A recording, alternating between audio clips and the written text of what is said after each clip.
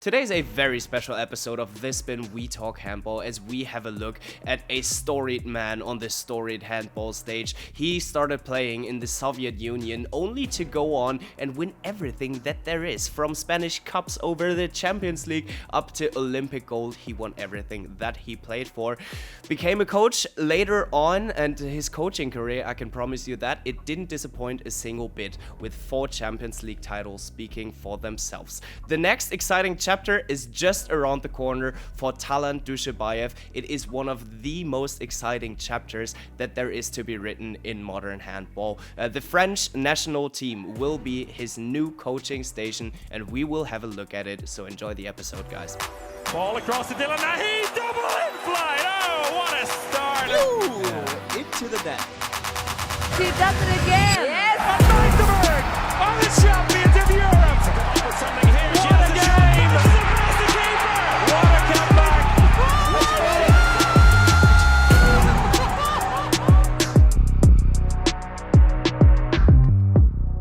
Ladies and gentlemen, it is time to talk handball again, and you guys out there can look forward to a great episode because we will be talking about a genius, about a mastermind, about a guy that transformed the modern world of handball and has his name attached to the handball world like oxygen to a flame. And for once, when I'm using those words, I am not talking about Martin Vilstrup. How's it going?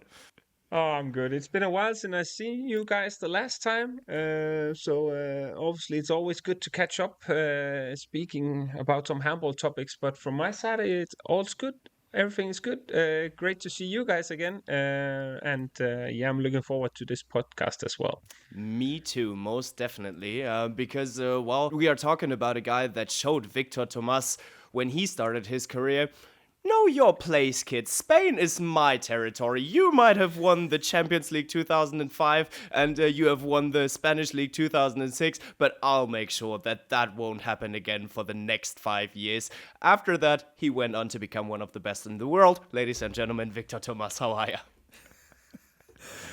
So, was that introduction something positive or something negative? I'm not sure about it. You tell me. You know, you got to keep the spice up, just like in a good relationship. You can't always just put butter around your mouth.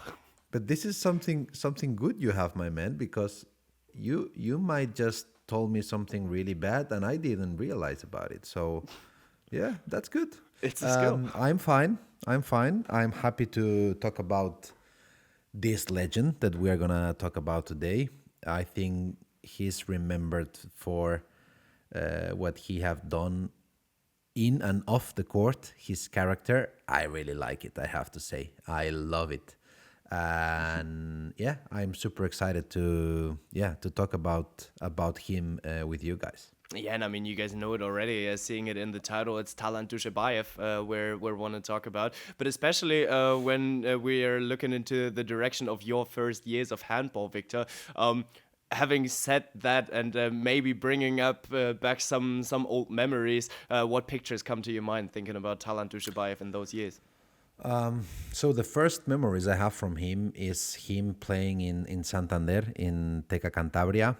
I think he made a little bit of a revolution in handball here in Spain when Teca Cantabria was playing for Champions League titles.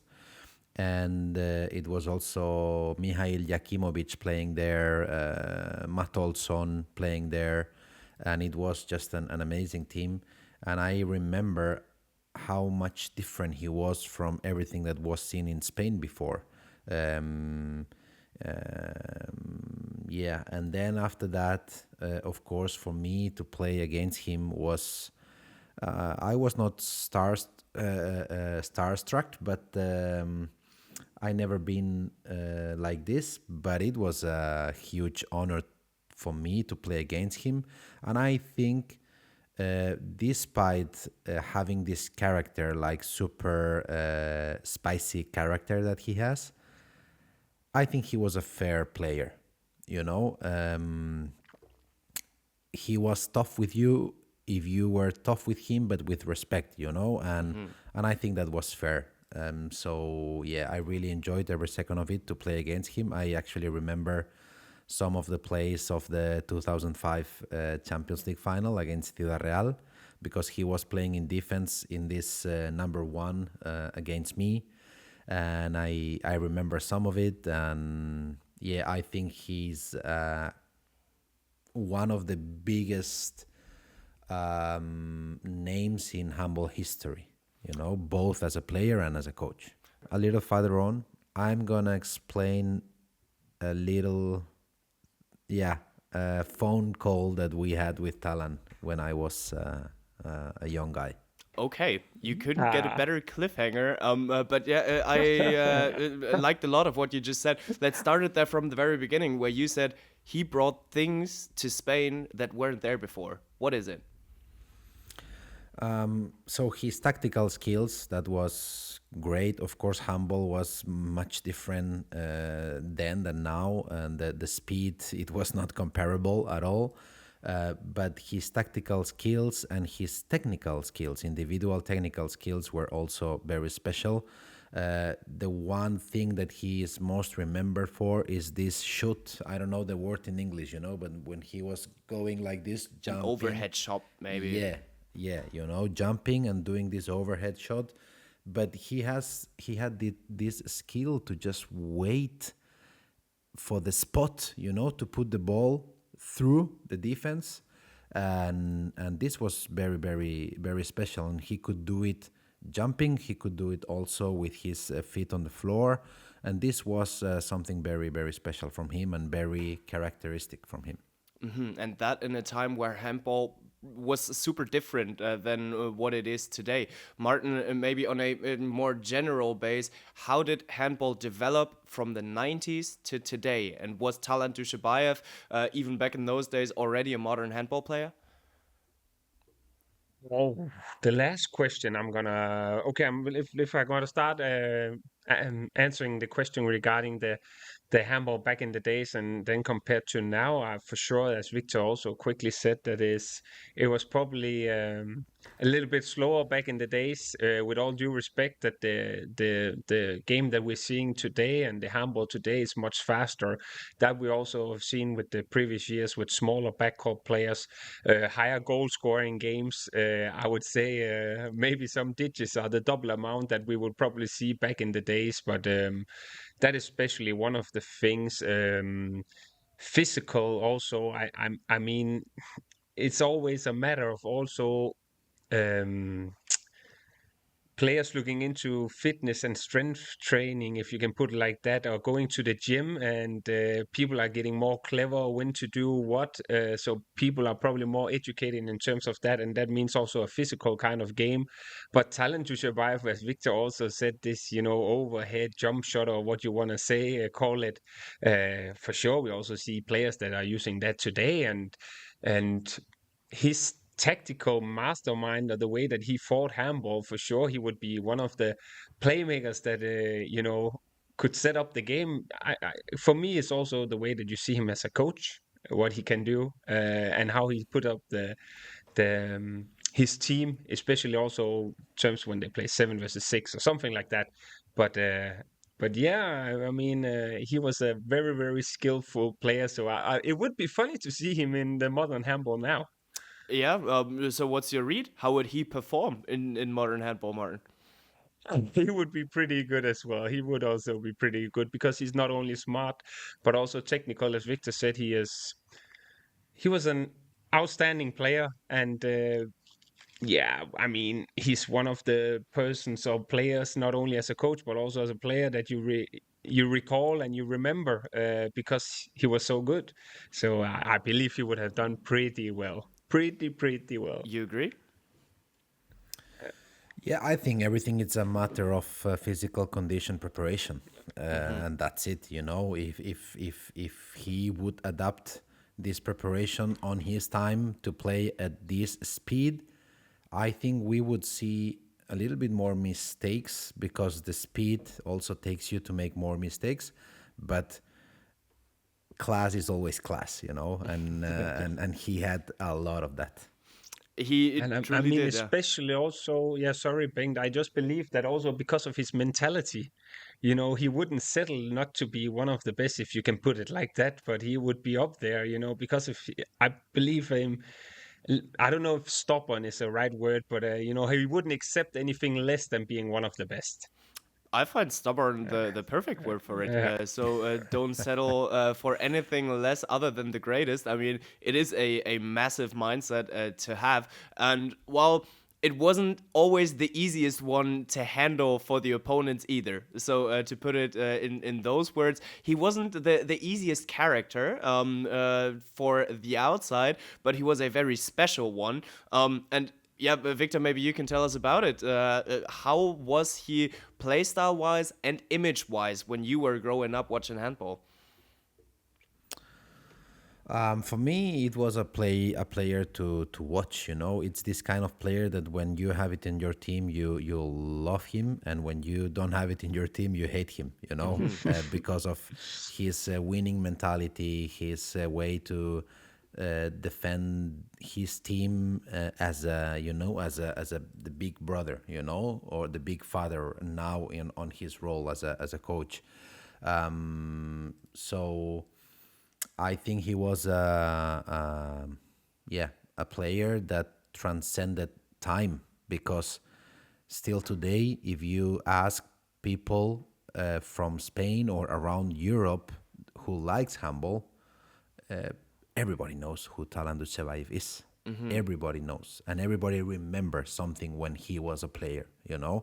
So this is the kind of things that only superstars has, and definitely he was a superstar. Sometimes when you think about it and we compare players, if you look at some of the personal titles, he also had I believe it's MVP or best center back and top scorer at, you can start naming Olympics, European Championship. But I don't have the exact which championship he has done what, but I believe he's been the best center back a couple of times, awarded that, and also top scorer. So And personally, I also think that when we have these kind of characters as a persons, this character that you either love it or hate it, this is making this player even more rememberable. You remember this player much more, because I don't know, I can tell players like Ivano Balic, also a special character, a special way to do things. This character, it makes you even more special. And he is definitely a character, in many ways. Yeah, and I mean that character is a good topic for his transition from a player to a coach, because then in the years from 2005 to 2007, he was registered as a player coach in Spain for Ciudad Real. And well, the start to his solo coaching career could not be more unique than the way that Talant Dujshebaev started it.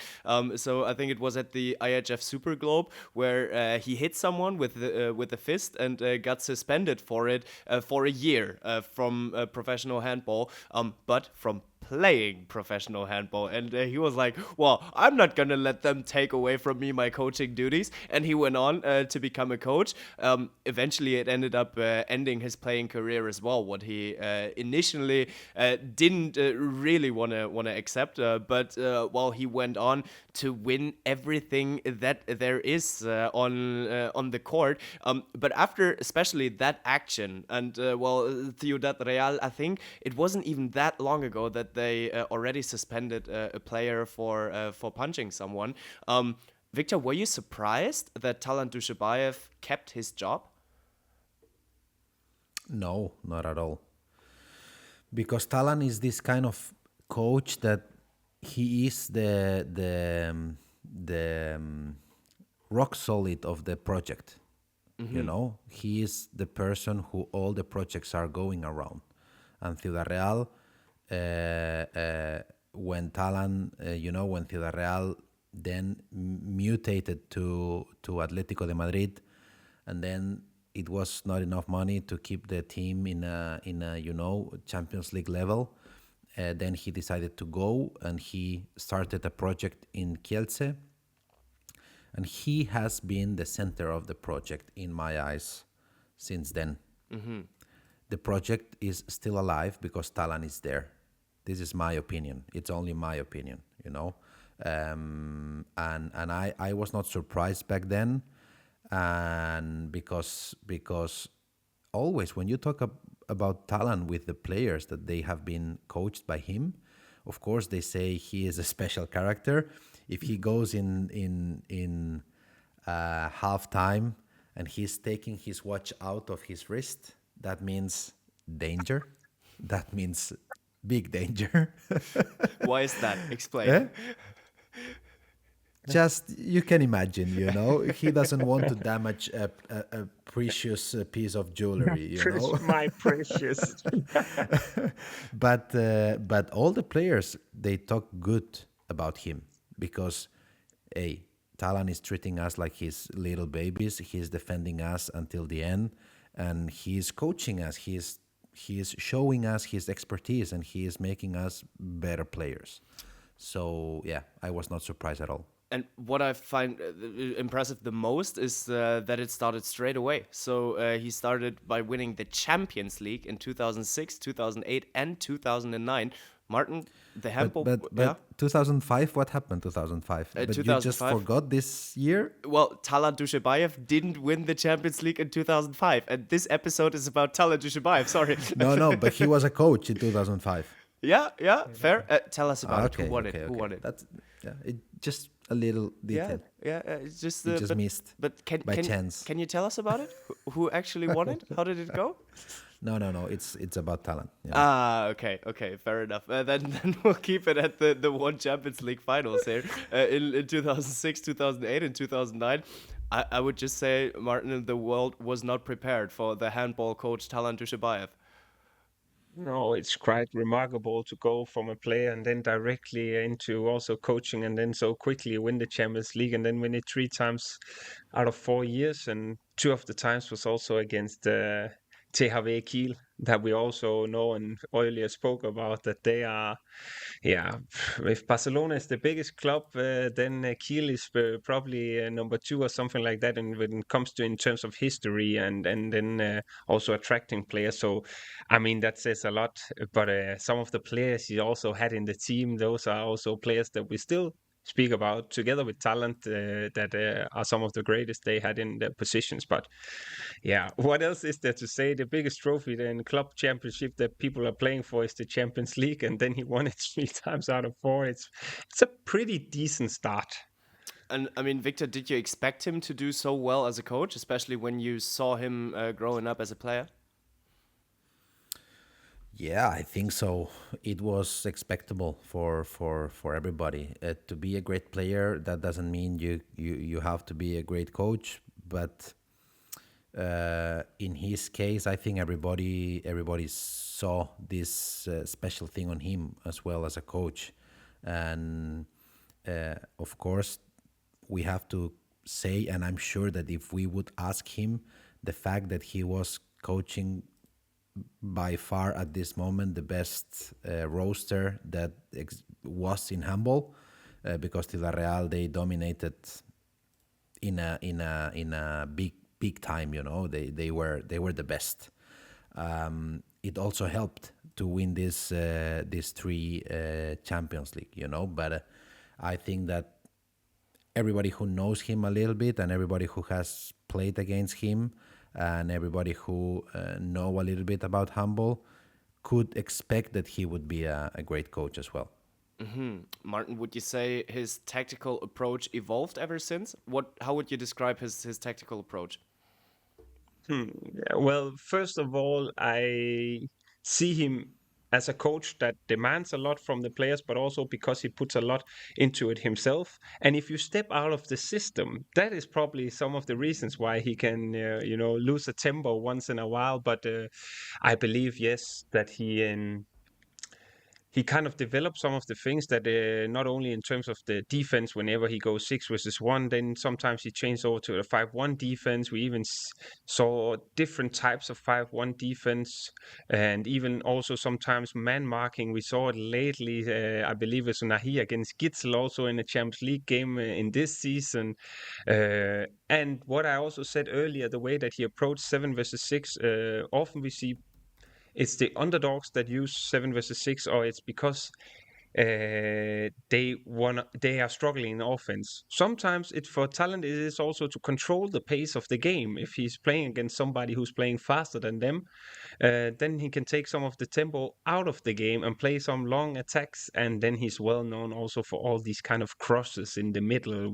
With all the players that he had, where Alex Dujshebaev is one of them, also Karasic, and a lot of crosses, and then playing with the line player. For me, that's also one of the things. Maybe that's his own mastermind coming into the game, but some of those things is what I see in terms of tactical approaches from Talant as a coach. Yeah, and I mean, especially what you said there in the beginning already. So at first, in general, it's super versatile, and he has got so many options when he controls the players on the court. But let's start there in the defense with the 5-1 that you just opened. Even within the 5-1, he finds different mixes. He finds different ways.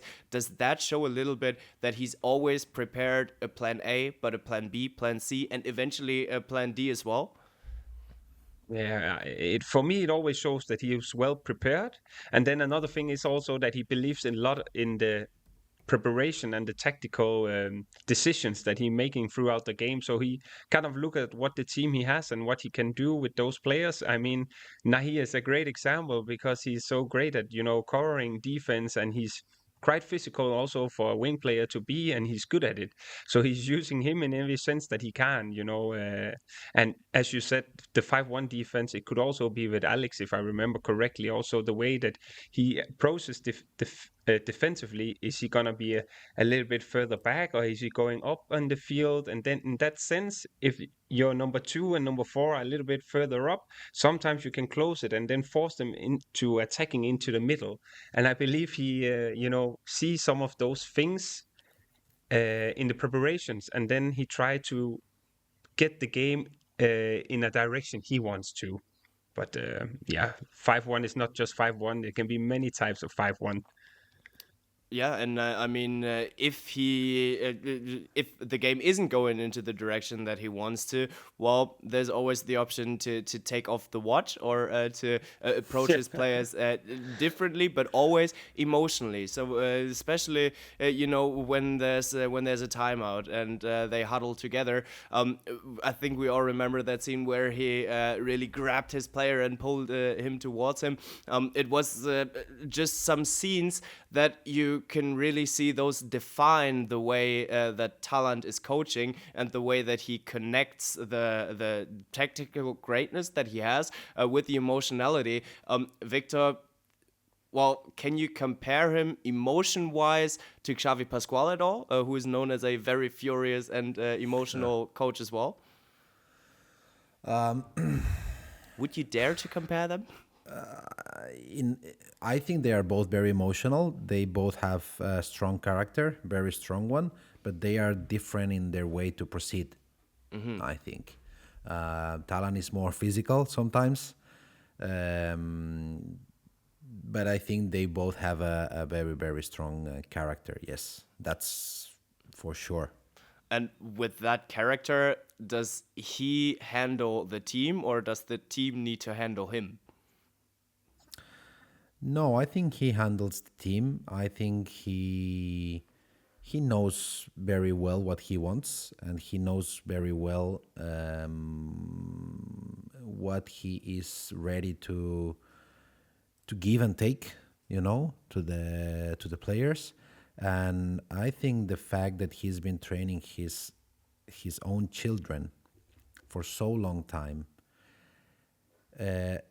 it means a lot, because I think it has to be very, very difficult at this level for the father and for the kids to be together, because a lot of things can be said, around this situation. And I think that the persons who he is more, he is more, Closer he to expects, trust? he expects Okay. more from them. It's their own kids, and he is pushing them until the limits. So this is, saying, in my opinion, very good things about him.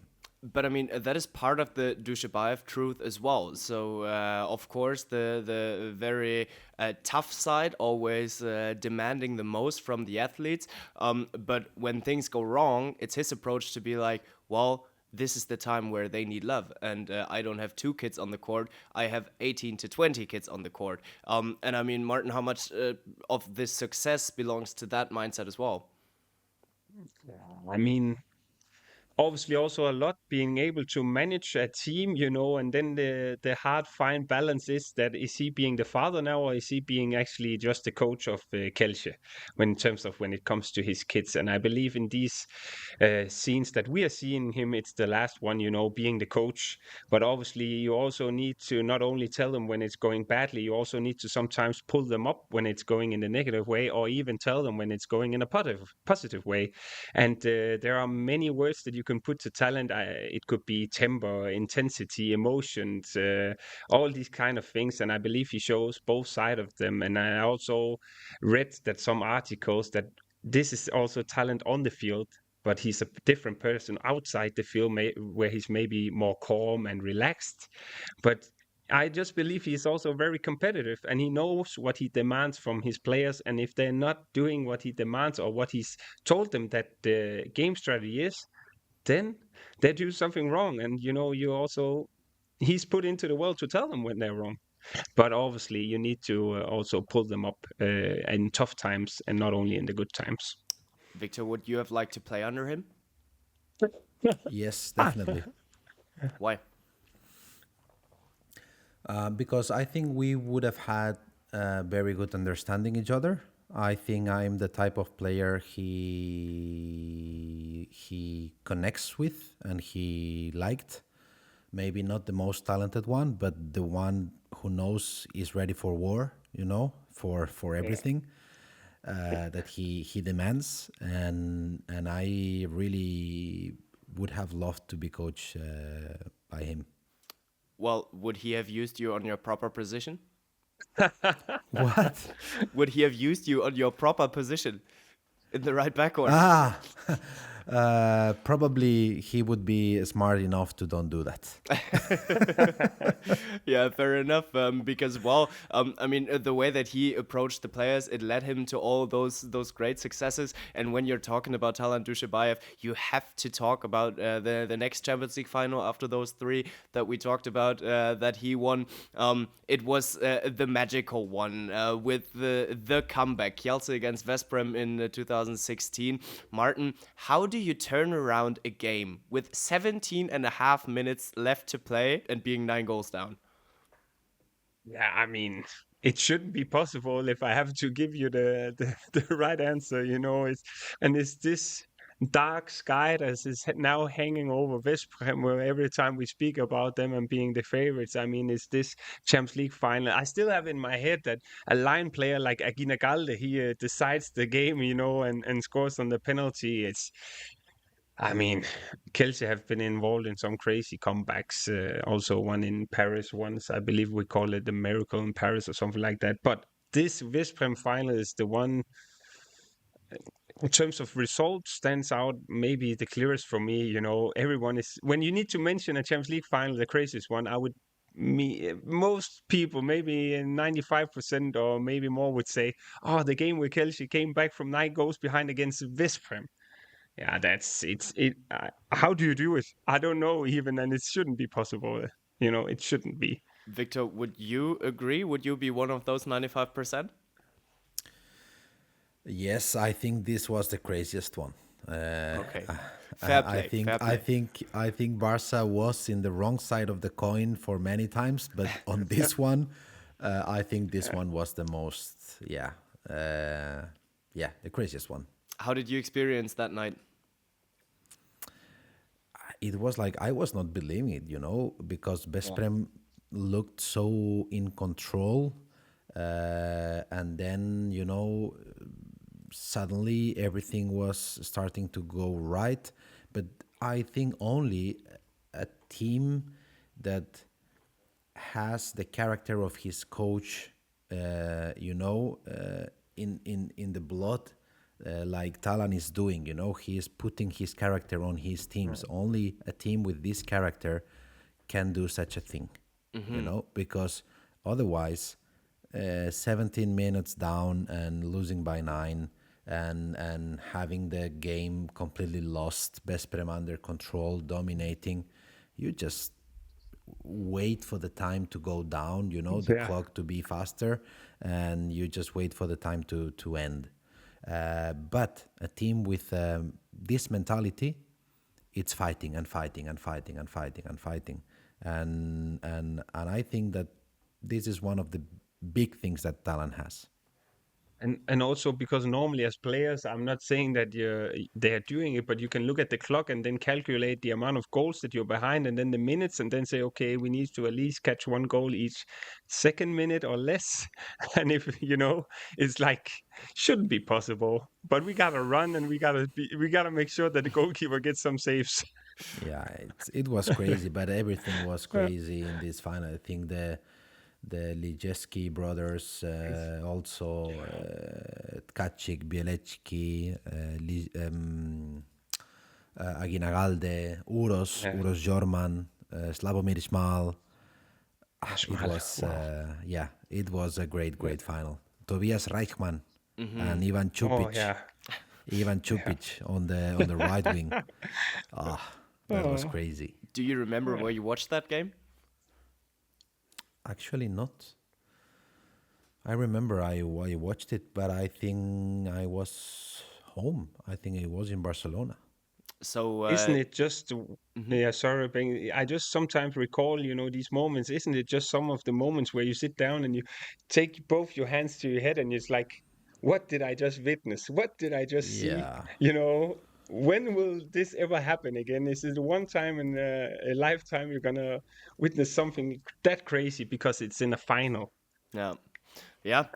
And I mean, if there was one coach to do it, then we would probably agree that it had to be Talant to turn that around and to search that magic that happened that night. Victor, I was asking you whether you would have loved to play under him, because at first, maybe let's define what is needed for a player to play under Talant Dujshebaev. Is it just a thick skin, or how would you describe the perfect Talant Dujshebaev player profile? I think if you see the players that has played for him through the years and all the signings he's doing, the big names on his teams, all the players, they have this special character. Igor Karacic, his kids, Dylan Nahi, I don't know, many players, Andreas Wolf, all of these players, they have big characters, So I think that he has to see in you a winner, a person that even though in the worst moments, you still have something to give to the team. And I think that for him, of course, quality is important. I think, of course, it's obvious, because otherwise you cannot play in Kielce. But I think what he see as a fighter, as a professional, the way you prepare yourself, the way you train. So all the informations around the player, not only what he can see on a game, on your quality, all these intangibles, I think he is paying a lot of attention to all of that. Martin, you looked like you wanted to add on that. No, I believe also some of the things Victor said, that when he looks at a player, raw talent is one thing, but also being able to fight and then have this mental strengthness, and then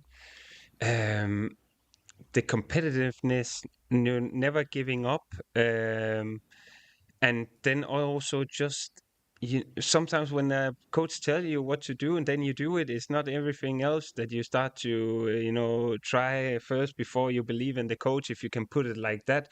But I also believe that it takes a little bit of a character from the players sometimes to be able to also handle this type of coaching. I don't believe it's for everyone to have someone, with all due respect to the coach. I mean, it's just that some people may be better at taking criticism when they're getting yelled at or pulled at or whatever you want to do it. But I don't believe he means it in a negative way.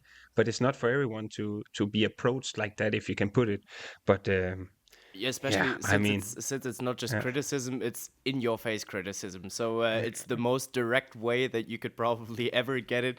You get it said straight away and straightforward. And yeah, I mean, you do need a thick skin, but then if you do have it, the road is open to become one of the best players in the world, as we're seeing the players that are coming out of his school, like Nicolas Torna, Atsam Karalek, we have Dylan Nahi, Arkadiusz Morito, just some of the examples that developed under him. So, well, then from the other perspective, what does it take to form so many great players, Martin?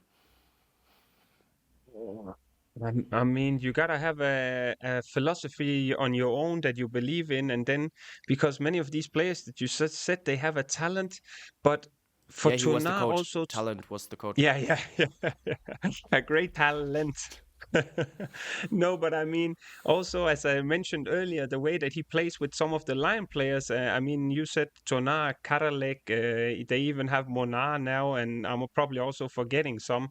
They're using them a lot, and those fit of a player suit very well in some of his systems. So it takes also the players to believe in this kind of system, and him pushing them in the right direction. Because as I said, sometimes it may feel that he's a, I don't know if it's annoying, if the correct word, but maybe a little bit negative. But he's doing it because he believes in you in a positive way. So he's not doing it to pull you down, but because he knows you can perform more and try to actually pull you up in this sense. But it takes some character and mental strengthness also to play under talent. But as I said earlier, he knows what he demands from the players, and if those players also deliver that, then he's also backing you up and being behind you 110%.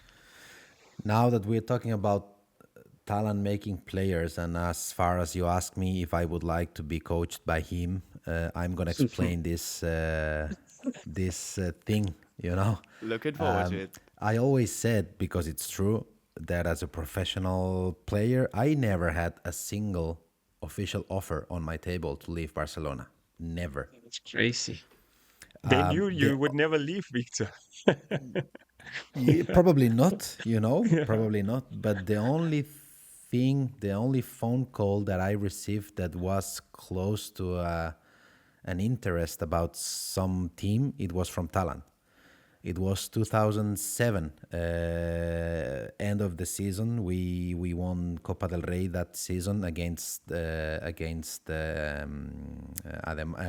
León in the final, but we played 8 finals against Ciudad Real, and it was also my first time with the Spanish national team in German World Championship. I was, developing quite well.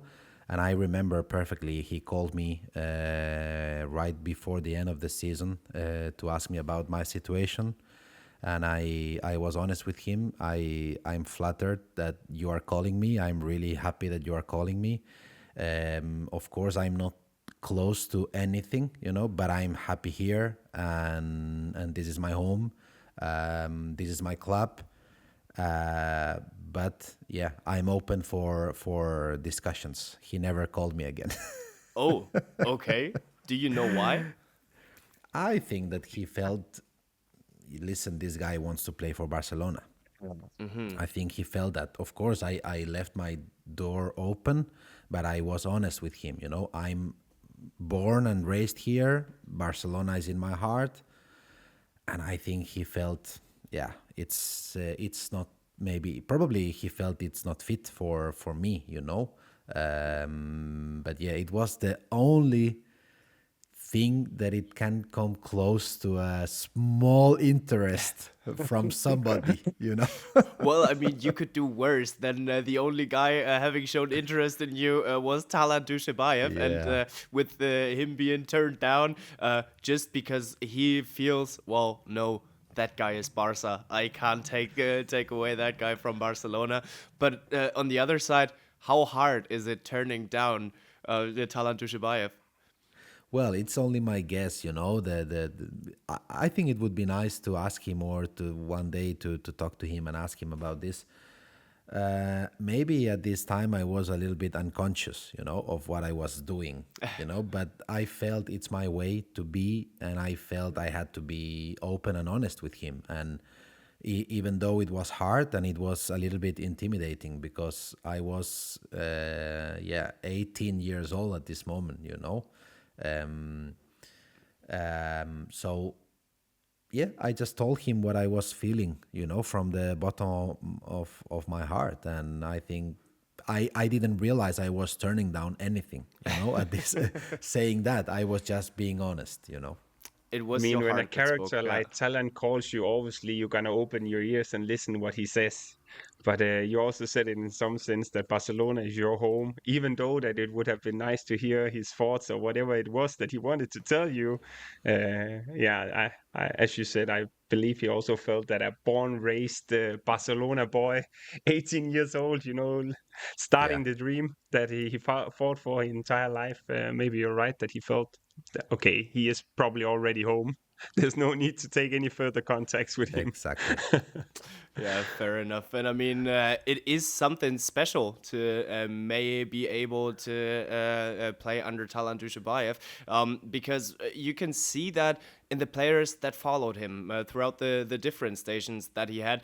Just to name some, Julian Aguinagalde, who went from Atletico de Madrid back to Kielce to play under him again. We had Marius Jurkiewicz, who played under Atletico Madrid and in Atletico Madrid and in Kielce under him, and in the national team as well. And his son's coming back to him as well. So moving across Europe just to play under him again, especially from your perspective, Victor, as you always stayed in one place, does that say even more about his leading qualities?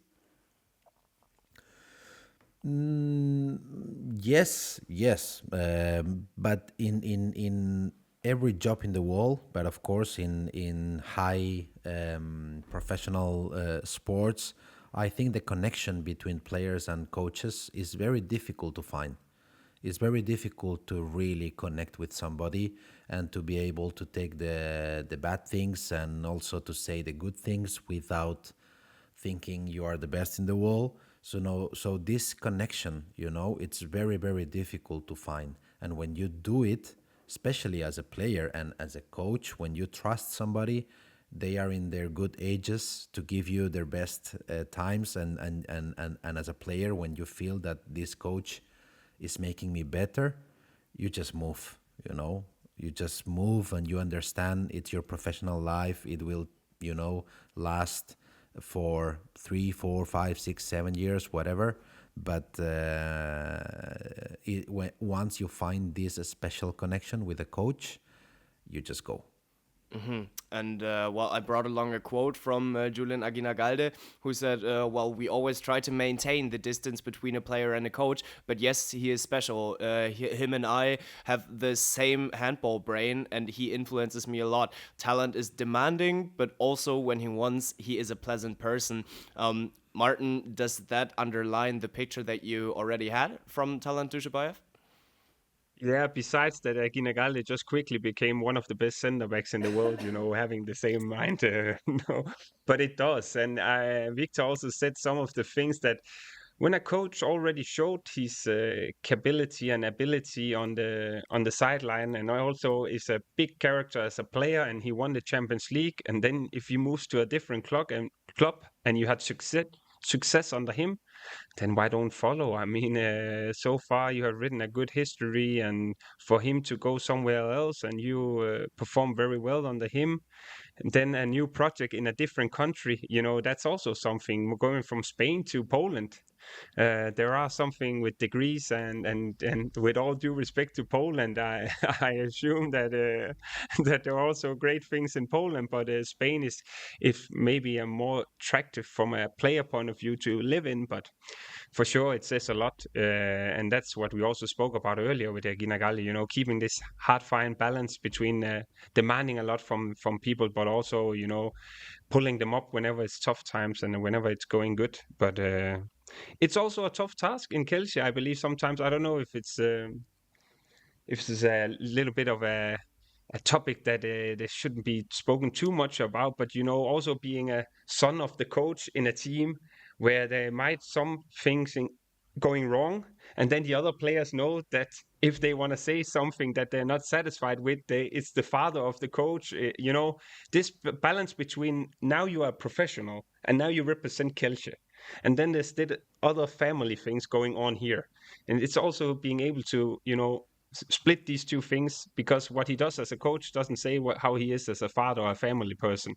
You need to divide those kind of things, and that's a task. And I mean, from what you just quoted, it seems like he's doing a pretty good job with keeping the distance and the players close. Yeah, fair enough. And we will all be interested in seeing how that one will work at his next adventure that has just been announced last week for us. So, yeah, the good thing for him is he knows some of the players that he will coach in the French national team already, as he is coaching Dylan Nahi, Nicolas Tona, Benoit Kankou. He knows those guys from Kielce quite well. And I mean, let's start it here from the French perspective. After some disappointing results lately, with the Olympic exit in the quarterfinal, with the bronze medal in 2025, with the 7th spot in 2026 at the Euro, Guillaume Gille stepped down because he said, well, I apparently don't bring the success anymore. And within the same breath, Talant Dujshebaev was announced as the new national team coach of the French national team. Victor, were you surprised by that move? I didn't see that one coming, actually. I know it was rumors and everything, but I didn't see that one coming. And I gotta say, I'm excited to see that. It's great to still be surprised after all those years, right? Yes, and I'm really, really excited to see Talant with France. Why is that? Because I think he has some players that are going to be better under him. And I think he has this group of high talented players, but also highly motivated warriors that are ready to fight for him with the national team. So I think it's going to be a super match. So Martin, you see that as a perfect match as well?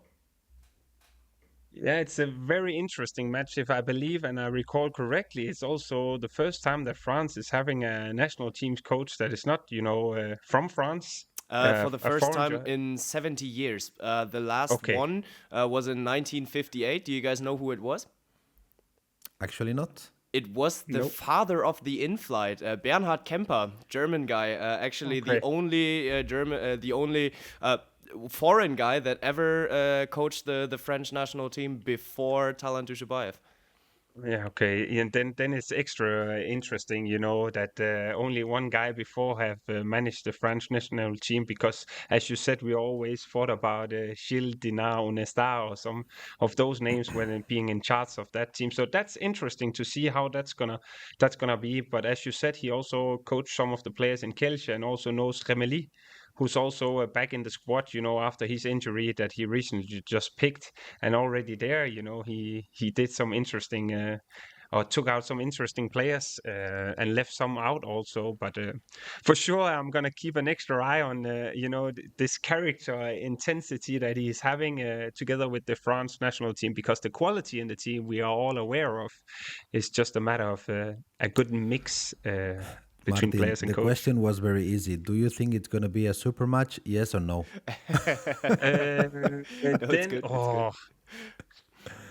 You're putting me just on be the spot honest. here. Just be honest. That I'm not. If you say no, just explain why. I want to say yes, but I don't really know if it's gonna be one. But where are the doubts coming from? I believe maybe the France, can you say, history within the national teams in terms of former national coaches, and also a foreigner coming into France, and maybe I'm not saying he doesn't understand the culture or the way that they want to play and the way that it's built up, but it's some task. But if I'm gonna give something to Talant, then he's one of the guys to do it. But I have my doubts. I'm gonna be honest. I think that Yeah. if he adapts to all the things that happen around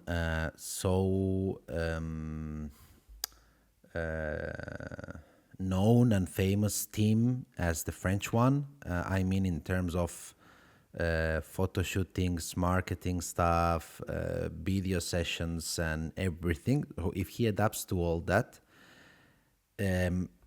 beside of that, with the team, in the locker room, in the video sessions, in everywhere, I think he's going to have a group of guys just ready to kill for him. I do think so too, that this can be a great match. So that Talant Dujshebaev, well, I don't even want to say that he's the missing puzzle piece for France, because that wouldn't do justice to the Guillaume Gille legacy. So as Gille took over, he immediately won. Yeah, go ahead. No, what does it mean that he's becoming a success? Is it that he's gonna win the next tournament or the tournament after that, or Yeah, well, that is the you know, question. I mean, So for me, is he gonna, pull Denmark down from the throne? In my opinion, is what France need to really believe they can make some damage to Denmark. I don't think France is believing that now. That's in my opinion. I don't think It's France, a fair point. I don't think France in this last championship, they strongly believed they could win against Denmark. But I think with Talant, if he can put this seed on their minds, and he will, they can do it.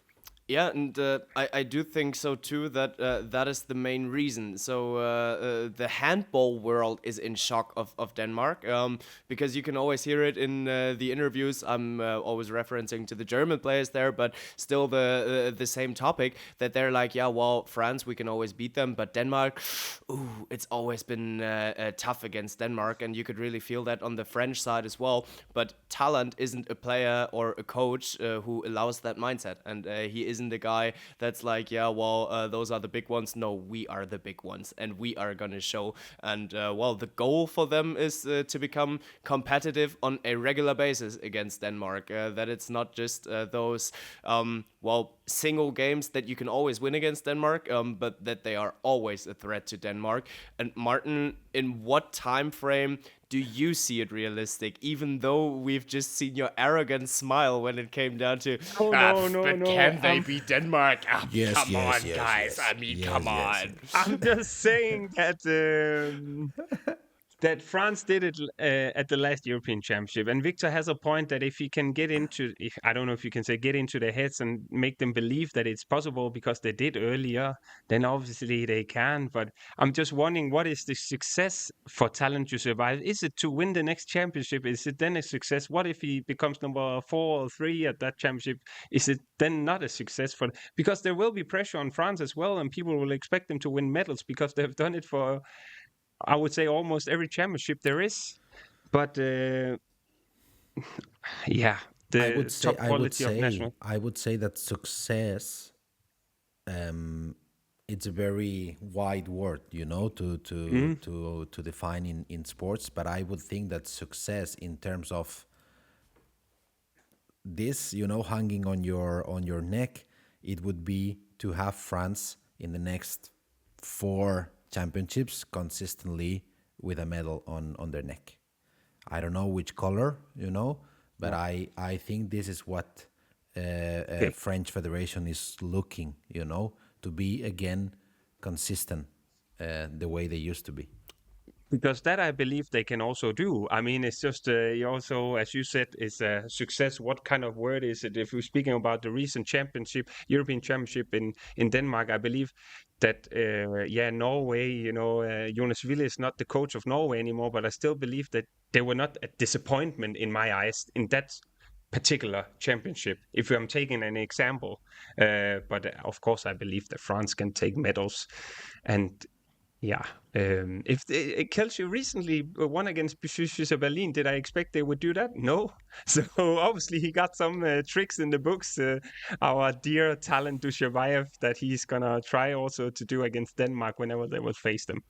Yeah, and I mean, it's especially a very dangerous match in my eyes because both sides are known for commitment. Both sides are known for, well, if we're going to start that, we are going to plan on doing it this way for the next 10 years. And give Talant Dujshebaev 10 years with that French national team, man, there's gonna be monsters in that team.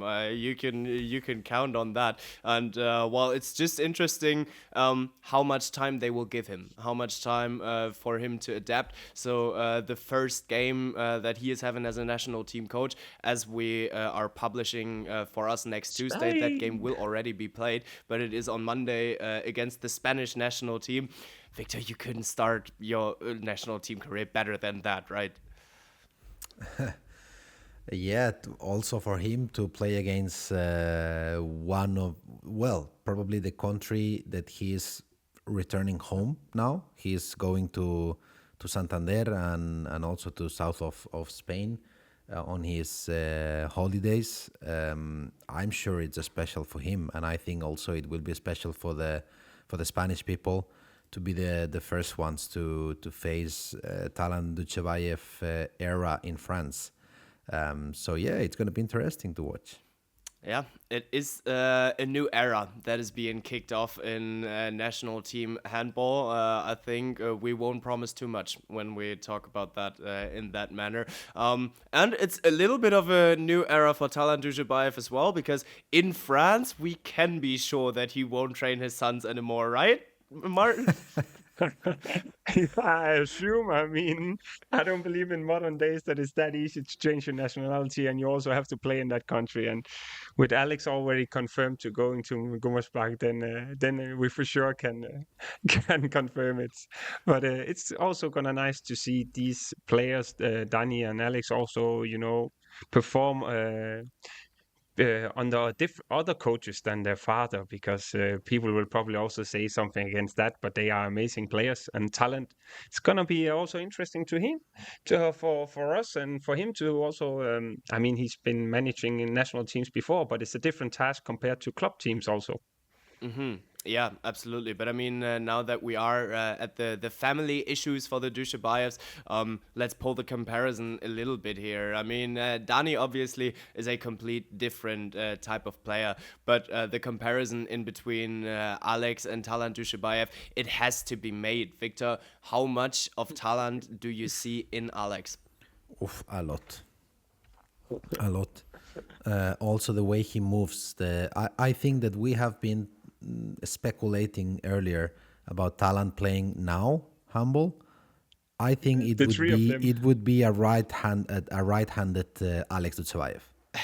It's true. Yeah, I think it would be something like that, because the way they move, the way they see handball, the way they take the ball that many time on their hands, because Alex also is taking the ball a lot of time on his hands.